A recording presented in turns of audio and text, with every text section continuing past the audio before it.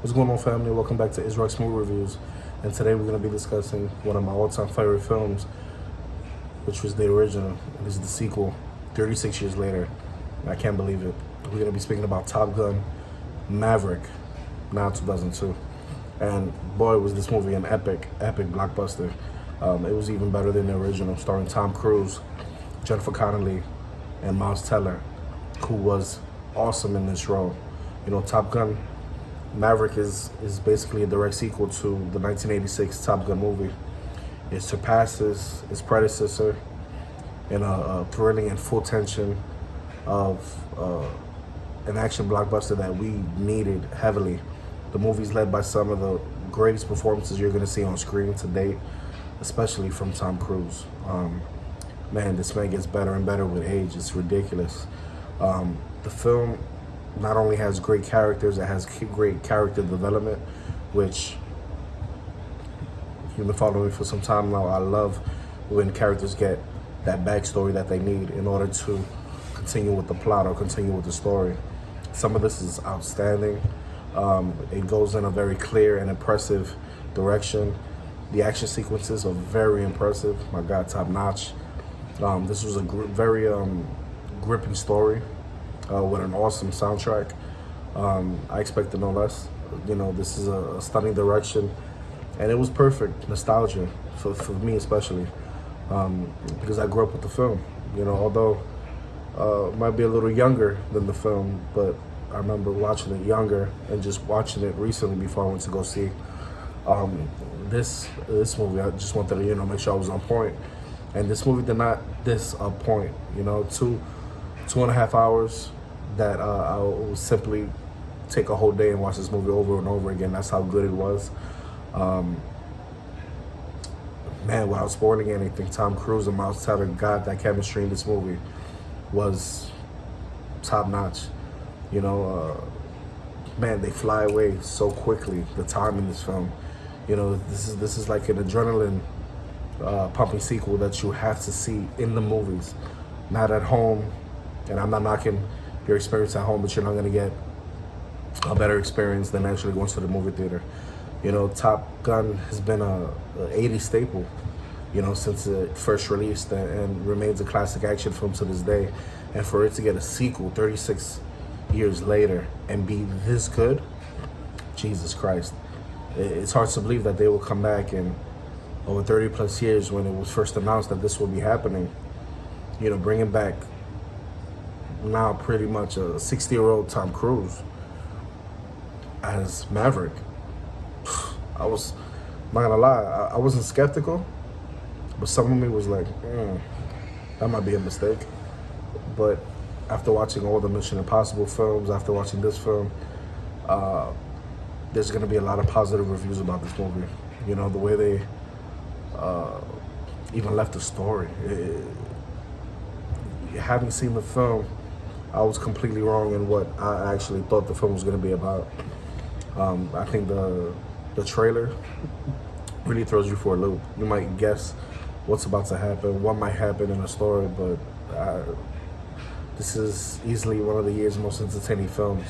Yet, I'm surprised they came out now. This could have been a blockbuster film in the summer. But this movie depended on Tom Cruise not missing a beat, easily stepping back into the shoes of his character Maverick. And this movie was high flying, literally practical action, not too much CGI, it takes your breath away. This sequel surprised the hell out of me. You know, the film's overall structure is pretty similar to the original film. That's exactly what I love. For a movie to be basically not remade or redone, but to follow up to an original film that was over 30 plus years ago, it shocked me. You know, with lots of training at the Top Gun, followed by a tough mission. We meet nearly maybe a dozen characters whose top tier pilots will be taking on a mission. And the biggest difference here is they put it out early in the film. And the stakes are high. They're immediately raised. There's no fluff in this movie. Everything is right there, right in front of you. This is no longer just following the pilots as they train or leading into a military career. No, they're in it. They're nearly impossible mission. These pilots are to be sent on missions right away. And, we know what's to come. It's tough. There's also an emotional element established outright in this film, which will take your breath away, literally. Man, if you didn't see the original film, I don't want to spoil it for you, but, I'm going to get into some spoilers, not in this film, but from the original film. So brace yourself. If you're ready, let's get it. If not, pause this, watch the first film, and come back and see this review. But the emotional elements that are established outright with Maverick, he still feels this guilt over the loss of his best friend from the original movie, which was the first film. The character's name was Goose. And, when he passed in the first film, he left a newborn. And the newborn, obviously, is not so new no more. And his son, Rooster, played by Miles Teller, man, had this kind of compounded and soured relationship with Maverick. And that chemistry in the film, man, it brings you in. It's kind of like a father-son relationship that kind of, you could tell they love each other, but they don't get along. But there's this fight, this struggle between them, and I think, man, it was very touching. We also get some familiar characters here, very similar to the original. Most notable being Hangman, who's the pilot that most comes across as Maverick in the first film, played by Val Kilmer. And if you didn't know, Val Kilmer suffers from this illness that he has that obviously has him in a wheelchair in real life. And I love that they didn't see that illness and say, you know what, you can't be in a sequel. They utilized it really well in the sequel, and I'm not going to spoil it for you. I think it was a beautiful touch. You don't really get to see that in film often. And if Val Kilmer never does another film in his life again, this was his send-off. And after you watch this film, you're definitely going to see it. Had me in tears. Just talking about it, it's more of a visceral take. The film's very emotional, and these scenes are well established. They keep the film going in a very positive direction, because after having an original film do as great as it did, and then you have a sequel so many years later, it feels kind of retreaded. Not this film. This film actually makes the original film look better than what it ever was. And if you don't feel a strong connection to those aspects, you likely still find yourself entertained throughout this film. There's no shortage of action here, and it's all superb. Cruise wanted this done with practical effects, and it really translates into an adrenaline-pumping, well-shot, exciting time.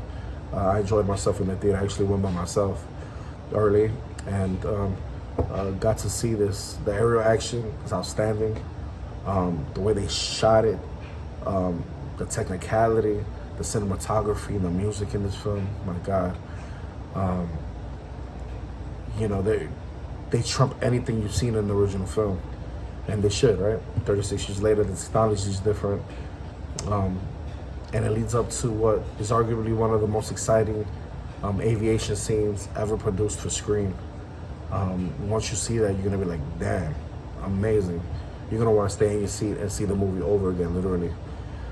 As someone who doesn't necessarily call myself a huge fan of Tom Cruise in general, I wasn't expecting this to be something I would like as much as I did, honestly. I figured the film was gonna be good, but to lean hard into the nostalgia that it gave me, gave us that action that it gave, I just trusted Tom more in this film. His high standards show here, and director Joseph Konsinski, whose body of work, including, Tom Cruise's collaboration with Oblivion, will never suggest he would deliver something of this caliber. Because I didn't even like that movie, Oblivion. I thought it was oblivious, honestly. But it certainly left a mark on me, demonstrating his action filmmaking capability. I'll be disappointed if he doesn't take his career higher than what it is now. This is a movie likely to go down as the blockbuster of the summer. You know, it's crazy. We only in May, but this movie I think is gonna test the summer. I don't think we're gonna get a film that's gonna get close to this, honestly. And we have some good movies coming out soon. But man, this movie is likely to go down as the best. Honestly, maybe the best Tom Cruise film to date. You know, major releases like Jurassic World, Dominion, you got Thor, you got Bullet Train, and film goers are going to be looking for an exciting movie, an action-packed good time in the theater. And honestly, you need to look no further. This movie makes you ask yourself, what happened to those amazing, interesting, fun, thrilling scripts? What happened to those original movies? Forget the remakes. This is a masterpiece, and you have to see this in an IMAX theater. You will be amazed. Tom Cruise, amazing as Maverick. Miles Teller, amazing as Goose Jr., basically. The story is very interesting. This was an excellent sequel, and it's likely to be on top of the predecessor. Man, the callbacks to this original are expertly done, and I'm gonna leave you guys at that. It's one of the best theatrical experiences I've had in a very long time. And I've seen some really good movies lately, but this movie really took it back for me. This is my bread and butter right here. So definitely go check this out. This movie, I gave it a 10 out of 10. It's a must watch, it's a must see. It's something that you gotta see. You're gonna come out surprised.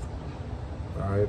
So if you like this video, man, definitely hit that like button, hit that notification bell. And if you want more content from me, all you gotta do is subscribe to the next one. Peace.